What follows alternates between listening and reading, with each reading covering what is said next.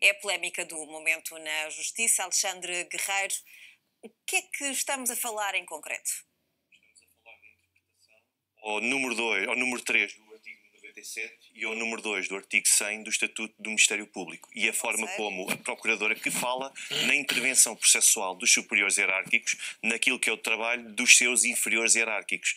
E é bastante clara a lei. Aliás, na altura em que foi discutida no Parlamento esta proposta de lei que foi apresentada pelo Governo, já na altura o Sindicato dos Magistrados do Ministério Público não colocou sequer qualquer objeção a esta norma porque ela parece bastante clara. Ou seja, essa intervenção do superior hierárquico só se processa nos termos do Estatuto e nos termos da lei. Eu dou um exemplo. O caso Sócrates, em que houve um pedido de aceleração do processo, exatamente porque os prazos de inquérito já estavam a ser amplamente violados. Ou seja, houve um pedido que foi feito para a Procuradora-Geral da República para, em coordenação com o Procurador responsável pelo processo, para acertarem uma nova data. Fim dessa data, era imposto pela Procuradora-Geral da República de então que ou se arquivam os autos ou então se deduz uma acusação, seja ela qual for.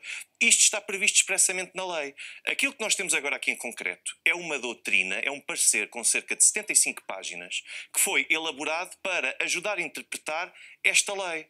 E para haver necessidade de apresentar... Para perceber em que situações é que pode ser aplicada? Exatamente, para saber até onde é que poderia ser realizada essa interferência. E para haver uma necessidade de esclarecer uma lei que por si só já era clara, isso por si só já é um sinal de que há uma interpretação diferente daquela que a esmagadora maioria dos procuradores pelo menos tinha da interpretação da lei. Ou seja, há a forte hipótese de a Procuradora-Geral da República ou através de o seu subordinado direto de emitir um conjunto de diretrizes que possa condicionar a intervenção de um procurador em primeira instância, por exemplo, relativamente a um processo ou a algo que, não sendo processo, que possa vir a determinar a abertura de um inquérito. Ora, a grande questão que aqui se coloca é quem conseguir, de alguma forma, controlar a Procuradora-Geral da República pode ter influência direta em qualquer investigação de qualquer processo, quer quanto ao arquivamento, mas não devia a PGR não ser controlável?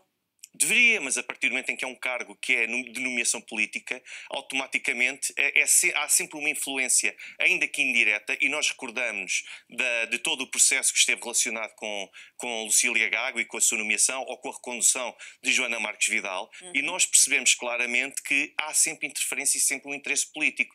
Se nós pensarmos que foi o atual governo que fez a proposta desta lei, que prevê estas duas normas, e agora temos uma procuradora com uma interpretação axiológica do processo penal, muito conforme aquela que o atual governo tem, então não é muito difícil de perceber os receios que são claramente fundados por parte dos procuradores do Ministério Público, em como podem converter-se em meros fantoches, que a qualquer instante podem desistir de uma investigação ou a qualquer instante podem deduzir uma acusação contra determinadas pessoas. Nós sabemos as dificuldades e a polémica que tem trazido a acusação e os crescentes processos envolvendo titulares do poder político.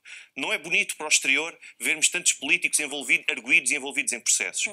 Isto a qualquer instante pode entrar em perigo, eu não digo que entre neste exato momento, mas pode entrar em perigo. E a situação de Tanques pode ser inclusivamente uma primeira para nós percebermos qual vai ser a percepção da Procuradora-Geral, nomeadamente quanto à questão de saber se indicia ou não António Costa por violação de segredo de justiça. Até porque na questão de Tancos estamos a falar justamente do governo atual, governo esse que nomeou Lucília Galo. E que acabou por ter uma intervenção, sobretudo do Primeiro-Ministro, a meu ver, bastante ousada, e se calhar ousada acaba por ser um eufemismo para descrever e para adjetivar aquilo que foi feito, uma vez que existia segredo de justiça externo, ou seja, face ao exterior. Normalmente na instrução não existe segredo de justiça, mas como estamos a falar de um conjunto de documentos e de um conjunto de atos que estão envoltos em segredo de Estado, há segredo de justiça externo. Como tal, se ele foi assim denominado pelo juiz Carlos Alexandre, não pode haver uma revelação, ainda que parcial, para repor a honra ou para repor qualquer verdade. Pelo contrário, tem sempre de ser respeitada a hierarquia. Mas e vamos ver qual é a reação agora ministro... da Procuradora-Geral da República numa situação destas.